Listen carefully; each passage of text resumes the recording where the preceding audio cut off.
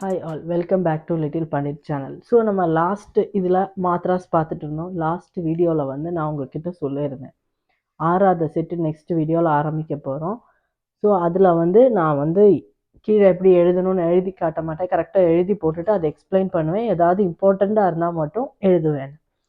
So நம்ம first 5 set Madras இந்த வெஞ்சன் ஒரு ரவுண்டு ஸ்பீடாக போயிடலாம். என்னென்ன இது?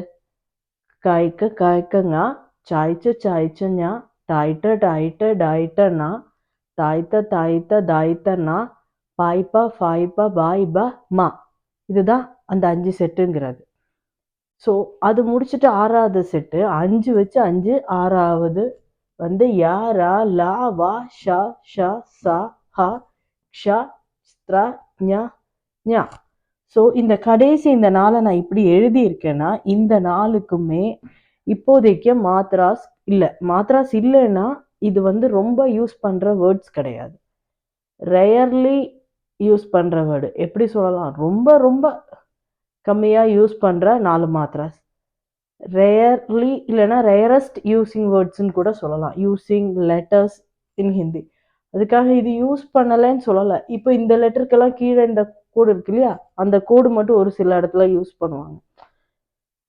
அந்த மாதிரி தான் இந்த வேர்ட்ஸ் அதிகமாக வரும்.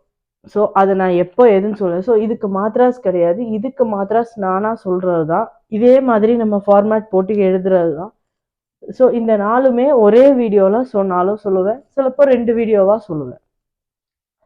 ஸோ மற்ற எல்லாமே மேக்ஸிமம் ஒரு வீடியோவில் 2 இருக்கும். இந்த வீடியோவில் மட்டும் 1 போட்டிருக்கேன்னா நான் இந்த டைட்டில் எழுதி உங்களுக்கு அதை பற்றி சொல்லணுங்கிறதுனால தான். ஸோ நம்ம ஃபர்ஸ்ட் என்ன லெட்டர்? யா. யா யா இ இ யு உ ரு ஏ ஐ ஓ ஓ. அதாவது யா. இங்கே என்ன போட்டிருக்கு? ஃபஸ்ட்டு இன்னொரு தடவை ரீட் பண்ணுறேன், ஏன்னா இந்த யால இருந்து நம்ம கொஞ்சம் கவனிக்கணும். ஏன்னா கிராமர் பார்ட்டில் நம்ம வந்து ஒரு சில சென்டென்ஸ் எழுதும் போது அதில் அந்த யா வருது, அந்த ஏ. யா யா இ இ யு யு ரு ஏ ஐ யோ யவ் எம் யா. ஸோ இது எல்லாமே நம்ம ஆ உச்சாரணம் மாதிரியே தான் வரும் யாக்கு.